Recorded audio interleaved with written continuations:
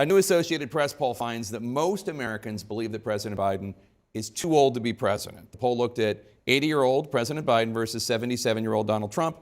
77% of adults say Biden is too old to be president. 51% of adults say Trump is too old. And if you look at the breakdown by party, Republicans generally don't think of Trump's age as an issue, but both Democrats and Republicans agree Biden is too old. So here's the question.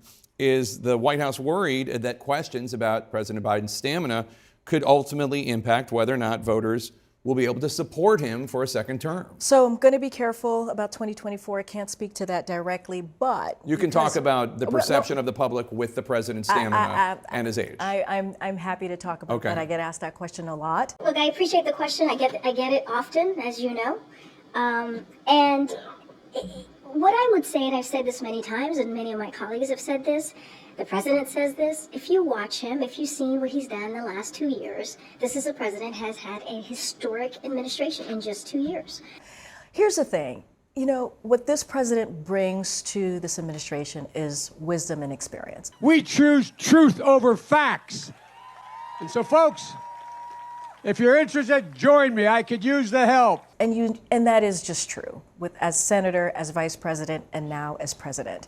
People have come after the president about his age. They did it in 2019, they did it in 2020 leading into the general election, and they did it in 2022. And guess what? He beats them every time. And turn this primary from a campaign that's about negative attacks into one about what we're for, because we cannot get reelected. We cannot win this reelection. We can only reelect Donald Trump. Because he has his finger on the pulse on what it is that the American people need. He talks about issues that really matter to the American people. 2/3 of Americans in exit polls say that they don't think you should run for reelection. What is your message to them, and how does that factor into your final decision about whether or not to run for reelection? It doesn't. What's your message to them? To those 2/3 of Americans? Watch me.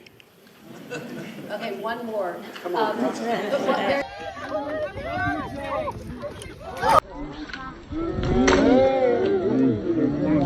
How much do you pay attention to approval ratings? Well, not anymore. No, I'm joking. I was paying attention in the mid-60s. Now in the mid-40s, I don't pay attention anymore. And he is delivering. Is there more work to be done? There's always more work to be done. But we are happy to take that on. Certainly not going to talk about 2024. But what I can speak to is what the president has been able to deliver day after day for the American people. Okay, so you're part of the 23% of adults who are not concerned about the president's ability to be president because of his age and stamina.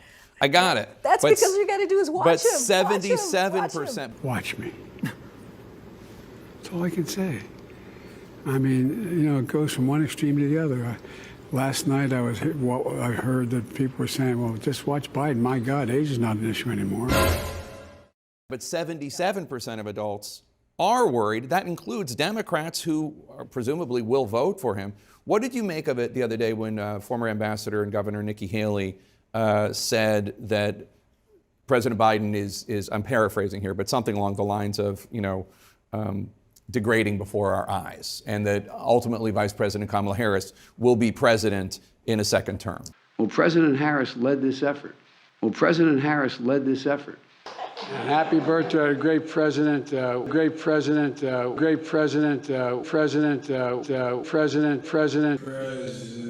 Harris.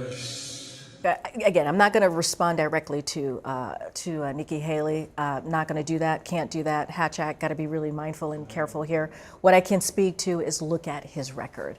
We have to make sure that every single child does, in fact, have 3, 4, and 5-year-olds go to school, not daycare, school. We bring social workers into homes and parents to help them deal with how to raise their children. It's not that they don't want to help. They don't know quite what to do.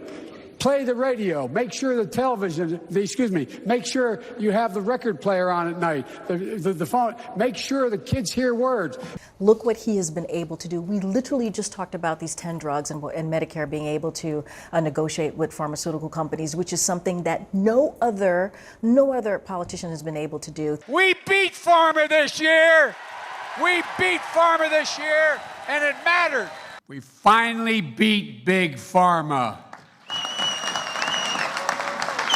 33 years that they've been trying to do it. This president made it happen. He has done something internationally, right, around the world, which is bring our allies and our partners together, especially what we saw after the last administration. This is a president that knows how to get the work done, who is focused on the American people. That's what I will speak to. I'll speak to his record, and his record stands alone, and it is something that Americans should be proud of, something that we all are proud of, on all of the historic amount of pieces of legislation. Right, most Americans are a $400 unexpected expense away from bankruptcy. But I'm talking about his age and his stamina and his ability to do the job, and you're talking about the record. And I understand why you'd rather talk about the record, but I'm talking about what Americans see when they turn on the TV and they see True international effort to pressure. You know, Joe Biden's been in politics since before, literally since before you were born, and like that he's well, let's talk, aged. No, well, let's talk about this. As we all do. Let's talk about this, and you all talked about this back when we were marking the 1-year anniversary, right, of the war in Ukraine, the unprovoked war by Russia. What did the president do? He went to Kyiv, and he was there with the alarms blaring in the back. And people were so impressed that he was able to be there and look strong and represent the American people in Kyiv in a war zone country. What about when he was in Poland? Are you worried that other leaders in the world are going to start to doubt that America is back if some of these big things that you say on the world stage keep getting walked back? What's getting walked back? It made it sound like, just in the last couple days, it sounded like you told U.S. troops they were going to Ukraine. It sounded like you said it was possible the U.S. would use a chemical weapon, and it sounded like you were calling for regime change in Russia, and we know... None of the three occurred. None of the three occurred? None of the three. And you're going to see when you're there, and some of you have been there, you're going to see women, young people standing in the middle in front of a damn tank, just saying, I'm not leaving. I'm holding my ground. I was talking to the troops. We're talking about helping train the troops that are the Ukrainian troops that are in Poland. That's what the context. I sat there with those guys for a couple hours. That's what we talked about. So when you said you're going to see when you're there, you were not intending to I was say referring to meeting with and talking with the Ukrainian troops who were in Poland. And to clarify on chemical weapons, if chemical weapons were used in Ukraine, would that trigger a military response from NATO? It would trigger a response in kind. It will trigger a significant response. What does that mean? I'm not going to tell you.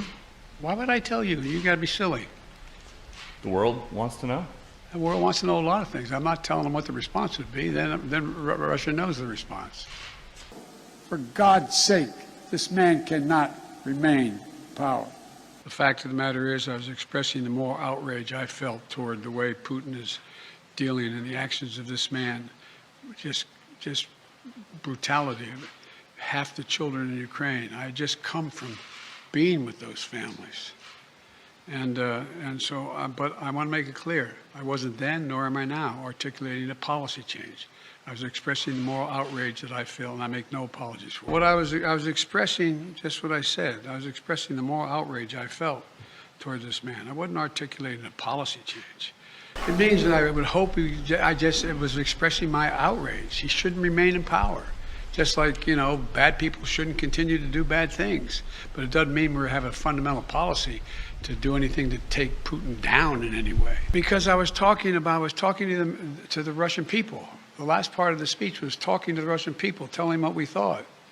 And I was communicating this to not only the Russian people, but the whole world. This is just stating a simple fact that this kind of behavior is totally unacceptable. You're talking about his strength, right? You're talking about how he's looking right now. He's 80. That is, I think like the average American male only lives to be 77 or something. But here's the thing, Jake. People saw him and were impressed that he was able to do that he was able to be there and present the American people. Look, the president says this all the time. Watch him, right? Watch him. And And what makes his wild claims and hopes, he now hopes we don't notice what he said or won't remember. And when he does follow through, or doesn't do, when follow through, the exact opposite. And And by the way, if they do, that means, not a joke, everybody, that's why we were defeated in 2018 when they tried to do it. We went to 54 states. 150 million people have been killed since 2007 when Bernie voted to exempt the gun manufacturers from liability. More than all the wars, including Vietnam, from that point on. We hold these truths to be self-evident. All men and women created by you know the thing. I was in the foothills of the Himalayas with Xi Jinping, traveling with him. I guess we traveled 17,000 miles when I was vice president. I don't know that for a fact. And what am I doing here? They are watching him. That's what I'm saying. That's the 77% who are concerned. No. But I've had conversations with some of your colleagues in the White House press corps when we travel abroad, how it is hard for us to keep up with this president.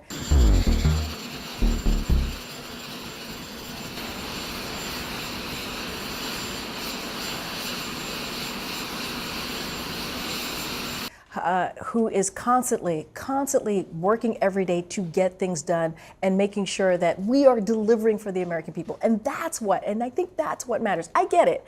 I get what you're asking me, but the record matters too, Jake. What he's been able to do, no other president has been able to do if you look at his legislative record. And that matters. And it mattered.